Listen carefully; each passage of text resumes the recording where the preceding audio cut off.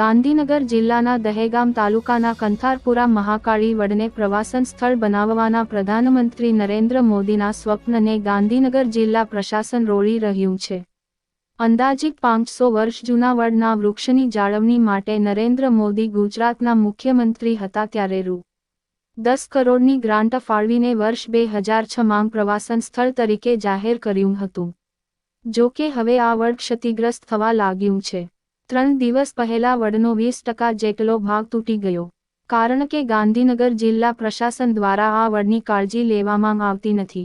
એક report Gujarat Gita news Dehgam.